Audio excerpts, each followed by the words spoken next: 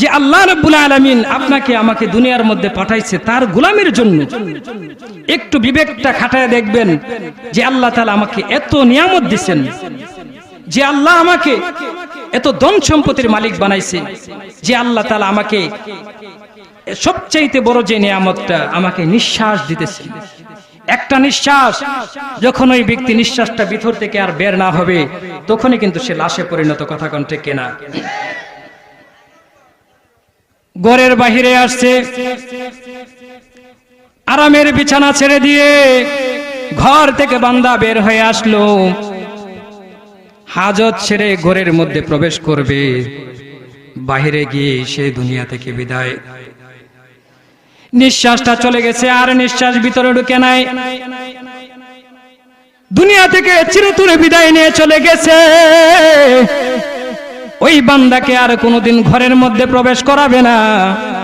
তার ঘরের মধ্যে লক্ষ টাকার খাট পড়ে আছে, কোটি টাকার সম্পত্তি পড়ে আছে, সুন্দরী বিবি তার ঘরের মধ্যে পড়ে আছে, সন্তানেরা বাবা বাবা বলে ডাকতেছে, কোনো সারা শব্দ নাই।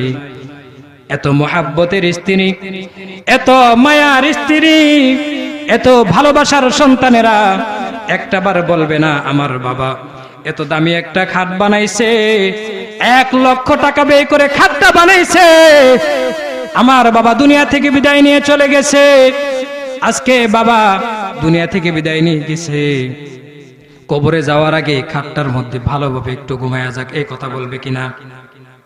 এই কথা বলবে? জোরে কোন?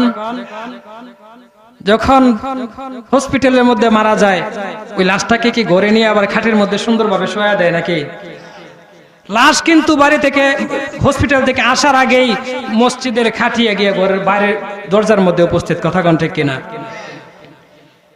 মসজিদের খাটিয়া ঘরের দরজার সামনে উপস্থিত, লাশ এখনো ঢাকায় আছে, লাশ এখনো আপনাদের সিলেটের মধ্যে আছে, সুনামগঞ্জ আপনাদের নদী পার হইতেছে, সুরমা নদী পার হওয়ার আগে আপনাদের ঘরের সামনে মসজিদের খাটিয়া উপস্থিত, জানাজা এসে মসজিদের মাঠে উপস্থিত, মাইকে এলান করে দেওয়া হয়েছে এমক ব্যক্তি মারা গেছে, তার লাশ মসজিদের মাঠে উপস্থিত হয়ে গেছে।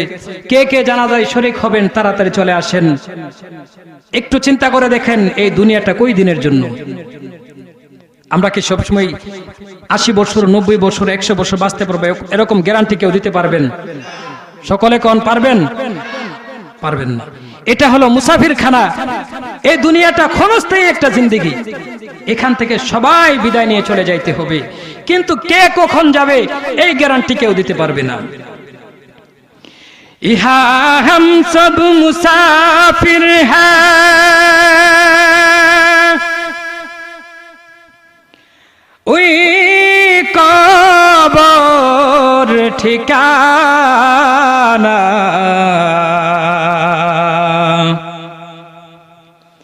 यहाँ हम सब मुसाफिर हैं, वही आखिर ठिकाना,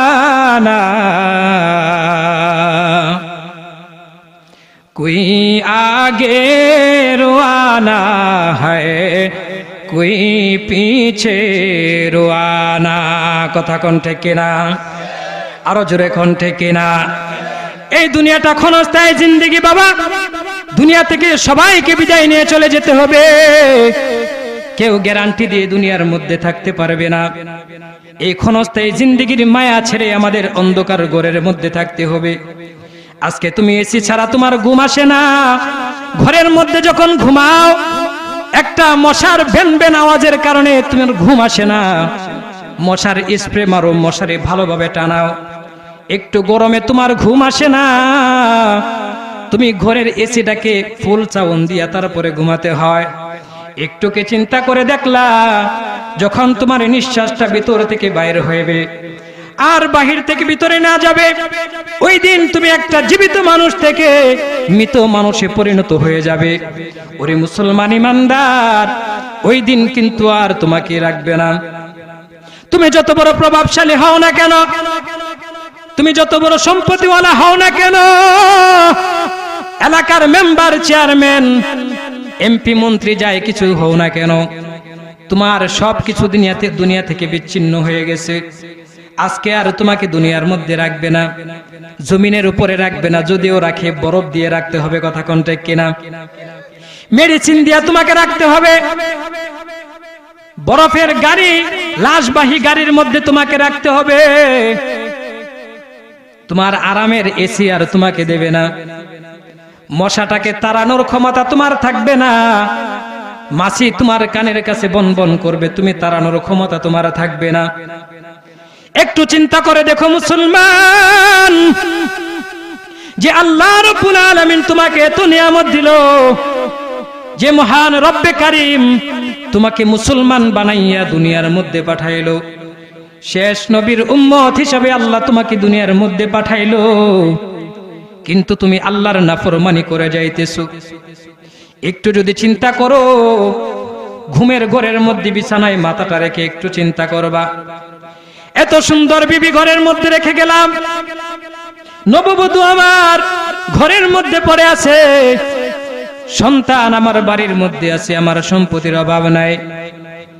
যখন আমি মরে যাব, ওই কবরের মধ্যে রেখে দিয়ে আসবে কোন জাজিম, কোন তোষক আমাকে কবরের মধ্যে দিবে না, কথা কোন ঠিক কিনা? মুসলমান ইমানদার, ওই কবরের মধ্যে তোমাকে এসি ফিট করে দেওয়া হবে না, কবরের মধ্যে